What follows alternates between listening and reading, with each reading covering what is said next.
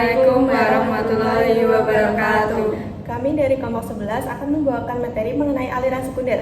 Sebelum itu, izinkan kami untuk memperkenalkan diri kami masing-masing. Saya Arsy Fidusia dengan NIM akhir 124. Saya Farah Suryaning Tias dengan NIM akhir 115. Saya Ana Sastri dengan NIM akhir 13. Nah, yang pertama adalah kategori sekunder. Kategori sekunder yaitu kategori yang berada di dalam fungsi sintaksis yang dapat berfungsi sebagai penerang bagi satuan kebahasaan yang berkategori primer. Kategori sekunder meliputi aspek, kala, modus, modalitas, deiksis, diatesis, dan jumlah. Yang kedua adalah kala. Kala adalah informasi dalam kalimat yang menyatakan waktu terjadinya perbuatan, kejadian, atau pengalaman yang disebutkan dalam predikat. Contohnya, Andi kemarin dulu pulang. Yang ketiga adalah modalitas. Modalitas adalah sikap pembicara terhadap proposisi atau peristiwa yang dikemukannya. Macam-macam modalitas yaitu dionitik atau permohonan, dinamik atau kesanggupan, epitemik atau kemungkinan, intensional atau keinginan. Modus adalah pengungkapan atau penggambaran suasana psikologis perbuatan menurut tafsiran si pembicara tentang apa yang dibicarakan.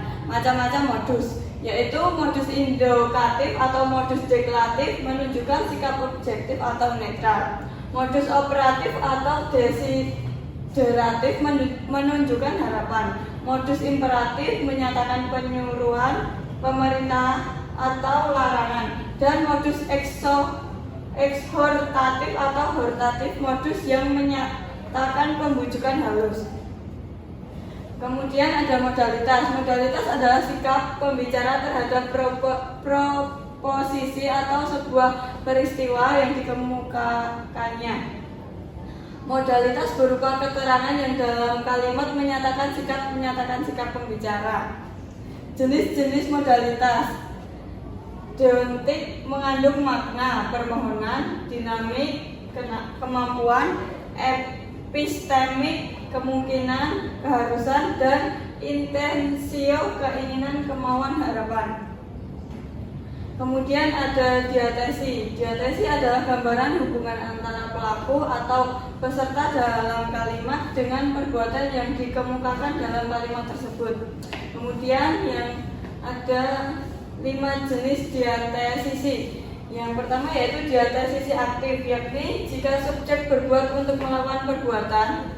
Yang kedua, diatesis pasif, jika subjek menjadi sasaran perbuatan. Yang selanjutnya yaitu diatesis refleksif, jika subjek melakukan sesuatu terhadap dirinya. Kemudian diatesis resiprokal, jika subjek terdiri oleh dua pihak yang melakukan balasan. Kemudian yang terakhir diatesis kausatif, subjek menjadi penyebab atas terjadinya sesuatu. Untuk yang terakhir yaitu kesimpulan. Kesimpulannya, aspek merupakan kategori gramatikal verbal yang menunjukkan cara memandang struktur temporal internal suatu situasi seperti lamanya jenis dan keadaan perbuatan. Misalnya, mulai berlangsung, selesai, atau berulang. Terus ada kala. Kala adalah kategori menyatakan waktu terjadinya perbuatan atau kejadian dalam kalimat. Biasanya terbagi menjadi kala lampau, kini, dan mendatang. Kala memberikan informasi temporal yang penting dalam predikat kalimat. Dan modus mengungkapkan sikap atau suasana psikologis pembicara terhadap perbuatan yang dibicarakan, seperti sikap objektif, indikatif, atau sikap lainnya yang dapat diungkapkan melalui struktur atau intonasi kalimat. Secara keseluruhan, kategori sekunder ini memperkaya makna dan fungsi kalimat dengan memberikan informasi tambahan tentang waktu, sikap, dan aspek tindakan yang tidak tercukup dalam kategori utama, sehingga penting dalam analisis linguistik dalam pemahaman tata bahasa. Nah, itu tadi merupakan pemaparan dari kelompok kami mengenai aliran sekunder. Untuk kurang lebihnya kami mohon maaf. Terima kasih. Wassalamualaikum warahmatullahi wabarakatuh.